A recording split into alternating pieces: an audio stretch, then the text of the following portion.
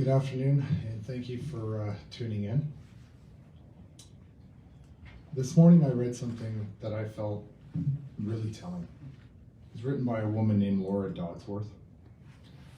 First they came for the truckers, and I did not speak out because I was not a trucker. Then they came for the donors to truckers, and I did not speak out because I was not a donor to truckers. Then they came for me, and there was no one left.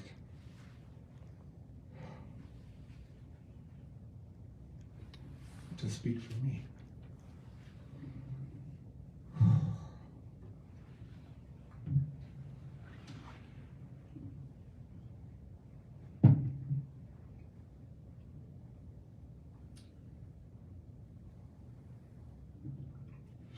Yesterday I personally witnessed a woman get trampled.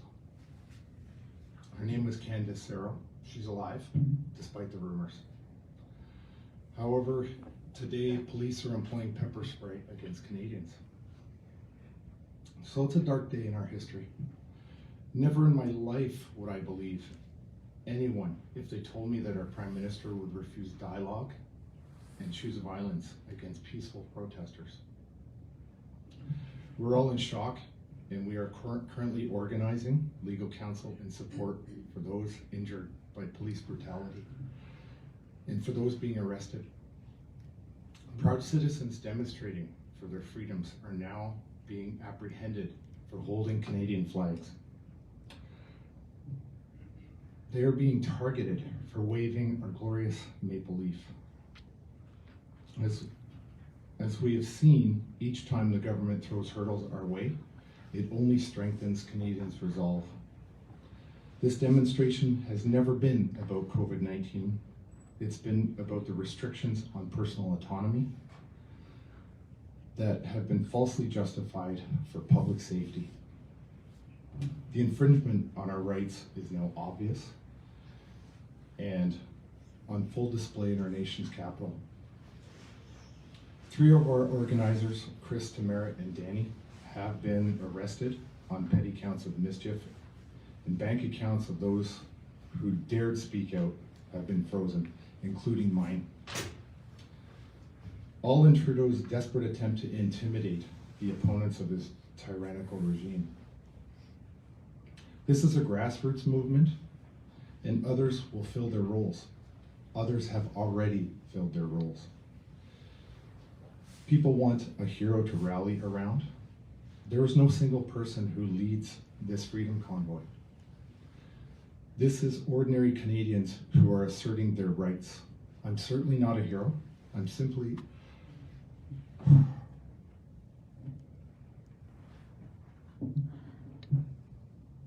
father.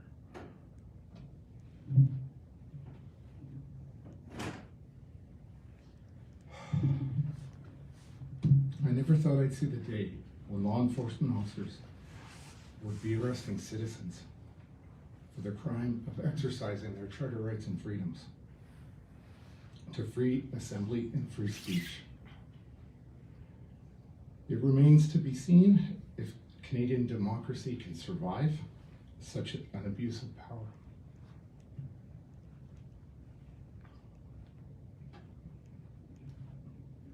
There are hundreds of police on Parliament Hill.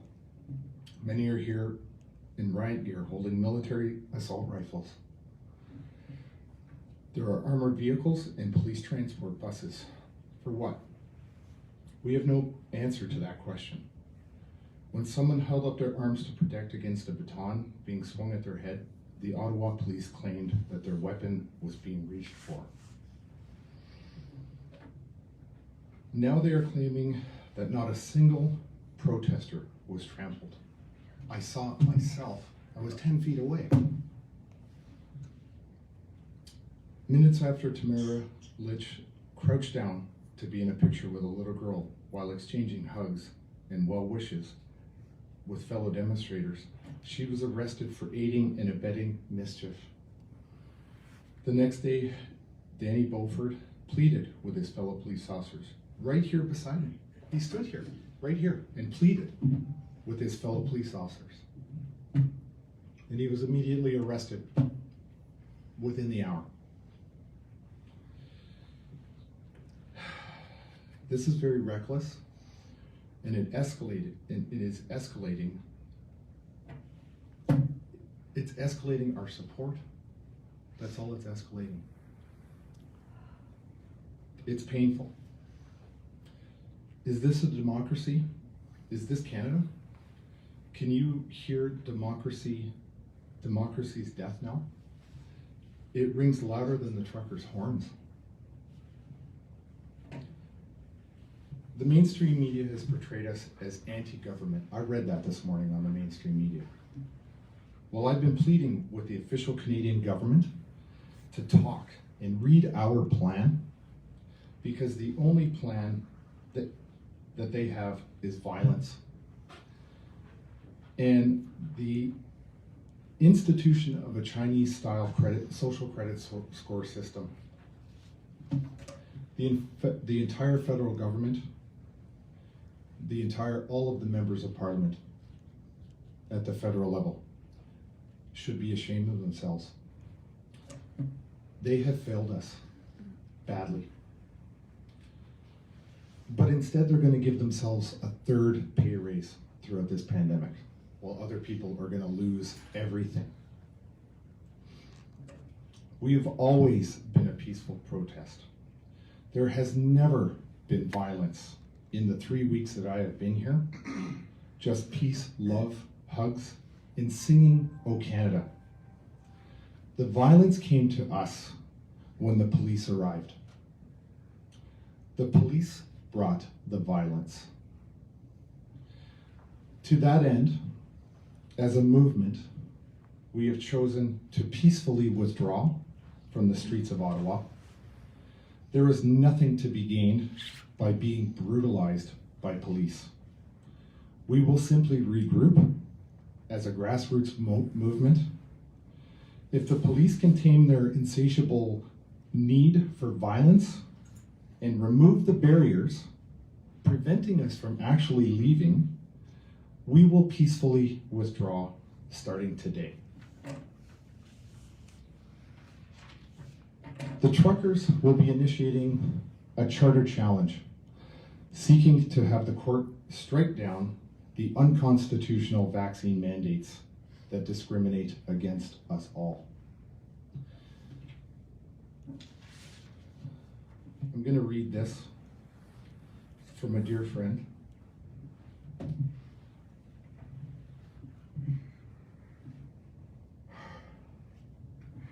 I'm so disappointed on how the truckers' peaceful protest for freedom has been met with violence by the police and the government.